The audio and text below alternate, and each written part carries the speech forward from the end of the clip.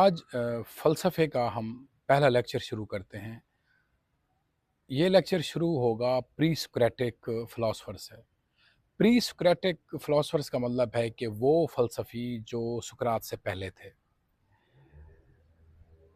सुकरात से जो पहले फ़लसफ़ी थे, उनका हमें जो ज़्यादा पता चलता है, वो अरिस्टोटल या अफ़लातून से चलता है या बाकी जो आगे आएँगे फ़िलॉसफ़र्स उनसे चलता है। जो पहला फ़िलॉसफ़र जिसको कहा जाता है, वो थालीस है। थालीस ऑफ मेलिटस।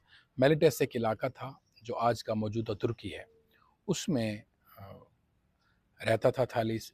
थालीस के बारे में हमें जितनी इन्फॉर्मेशन है वो अरिस्टोटल से मिलती है, अरस्तू से। अरस्तू ने एक किताब लिखी थी जिसमें उसने ये कोशिश की थी कि जितने भी वाइज लोग थे उससे पहले, उनके बारे में लिखा जाए कि वो उनका क्या नज़रिया था लाइफ या कायनात के बारे में। तो उसमें जब अरस्तू ने ये लिखना शुरू किया तो उसने जिसको टॉप पे रखा, नंबर वन पे रखा, वो थालीस था।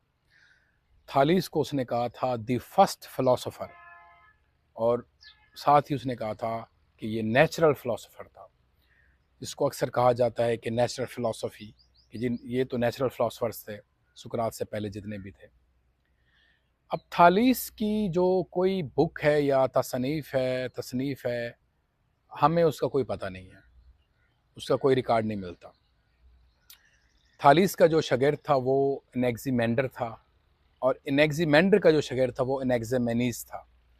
तो उनसे भी वर्बल पता चलता है, और जो डॉक्यूमेंटेड चीज़ है हमें प्लेटो, अफलातून से कुछ पता चलती है, और उसके अलावा पता चलती है हमें अरस्तु से, एरिस्टोटल से। अब थैलीस आज से 26-2700 साल पहले था। अब थैलीस का जो बुनियादी नज़रिया था वो ये था कि कायनात किससे बनी है। जब उसने अपने इर्द गिर्द मुशाहिदा किया तो उसने कहा जी कायनात बनी है पानी से। अब उसका जो ये जो क्लेम था, उसके लिए जो उसने आर्गूमेंट दिए वो ये दिए कि क्योंकि हर जानदार चीज़ को पानी चाहिए, उसके बगैर वो चीज़ ज़िंदा नहीं रह सकती, लिहाजा पानी मेन चीज़ है। तो एक तो ये आर्गूमेंट था कि हर जानदार चीज़ पानी के बगैर नहीं ज़िंदा रह सकती, इसलिए पानी फंडामेंटल है, सबस्ट्रेटम है, यानी कायनात जिससे बनी है, वो जो मादा है वो पानी है।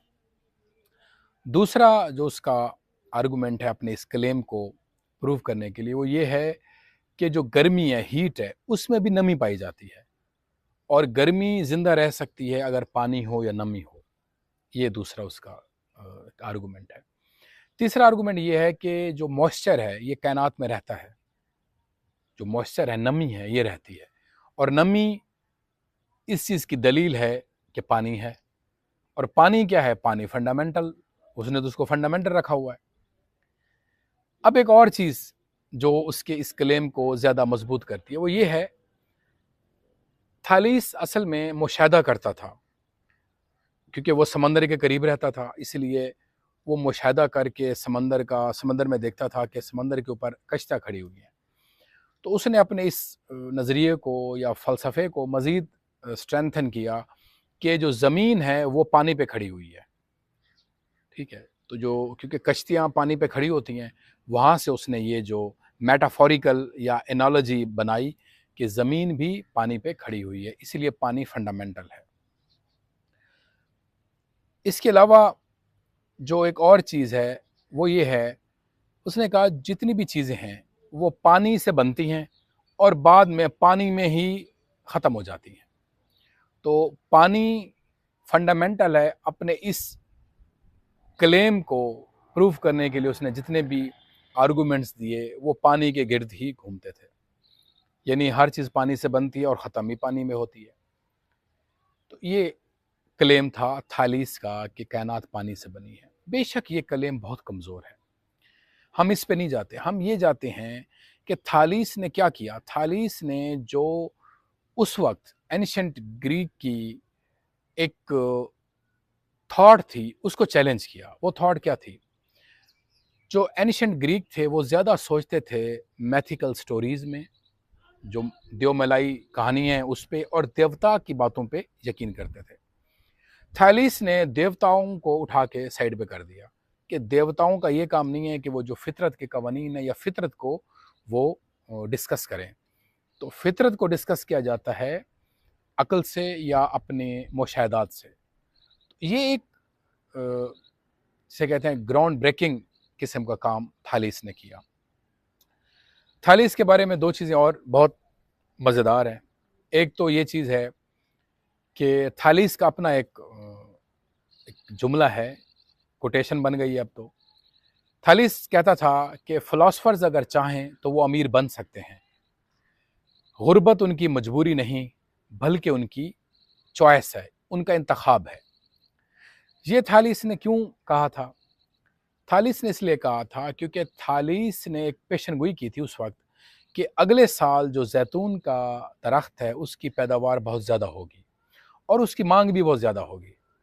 और इस वजह से लोगों ने बहुत ज़्यादा ज़ैतून के दरख्त लगाए थे और उनकी केयर भी की थी। और थालीस ने क्या किया था? थालीस ने उसके ठेके लिए थे, उन पूरे बागात के। और बाद में ऐसे हुआ अगले साल उसकी जो फसल थी वो बहुत ज़्यादा फ्लरिश हुई और थालीस को बहुत ज़्यादा प्रॉफिट हुआ, जो कि वो बस उसी वक़्त उसने वो यूज़ किया। इस पर्सपेक्टिव में थालीस ने ये कहा कि भाई जो फ़िलासफ़र्स हैं अगर वो चाहें तो वो अमीर भी बन सकते हैं। ये गरीब रहना उनकी अपनी एक चॉइस है। ये उनका अपना इंतखाब है कि वो गुर्बत में ज़िंदगी गुज़ारते हैं।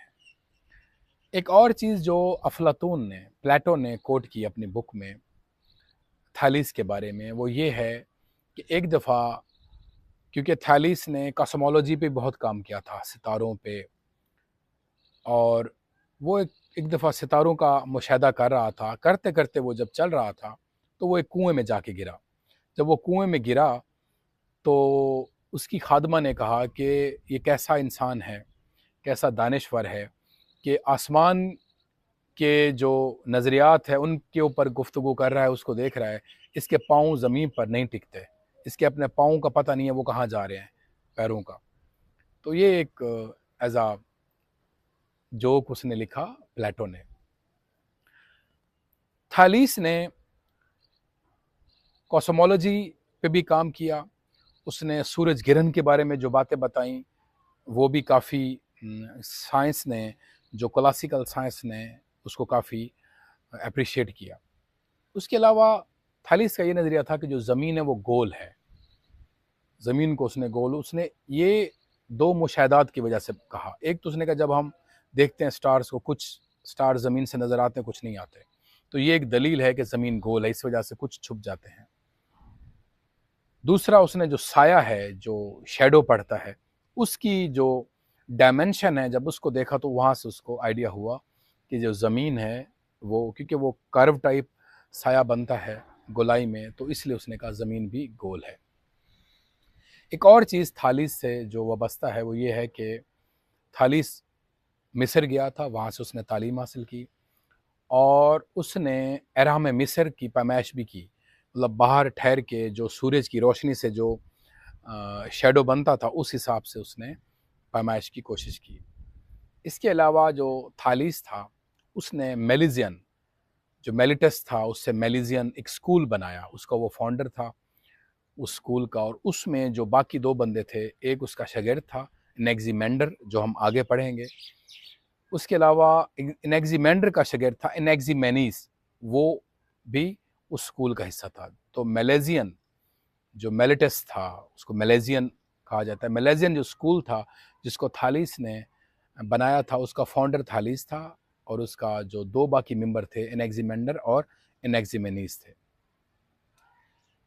थालीस ये कहता था कि खुदा के बारे में उसका कॉन्सेप्ट ये था कि जो खुदा हैं वो हर जगह मौजूद है।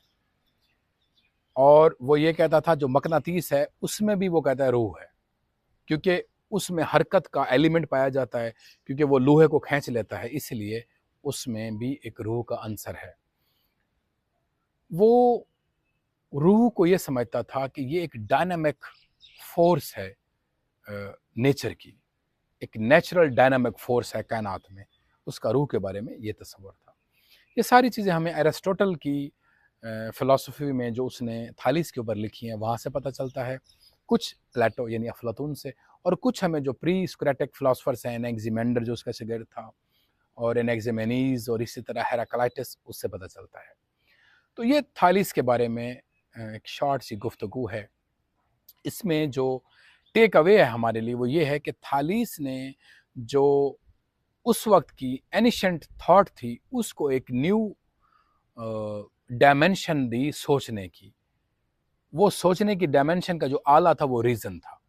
तो जो बर्थ ऑफ फिलॉसफी है जिसके ऊपर खड़ती है वो रीजन है।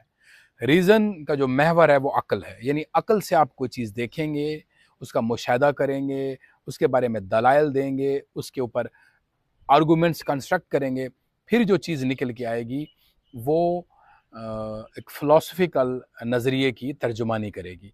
तो ये एक काम था थालीस का, जिसको द फर्स्ट फ़िलासफ़र कहा जाता है। और उसका जो सवाल था कि कायनात किससे बनी है, वो सवाल आज भी कायम है। आज भी जो मॉडर्न फ़िलासफ़ी है, कंटेम्प्रेरी फ़िलासफ़ी और कंटेम्प्रेरी साइंस, कंटेम्प्रेरी फ़िज़िक्स इसी सवाल के गिर्द घूम रही है कि कायनात किस चीज़ से बनी है। बेशक इसकी डिफरेंट इंटरप्रिटेशन आ चुकी हैं, लेकिन सवाल अपनी जगह कायम है।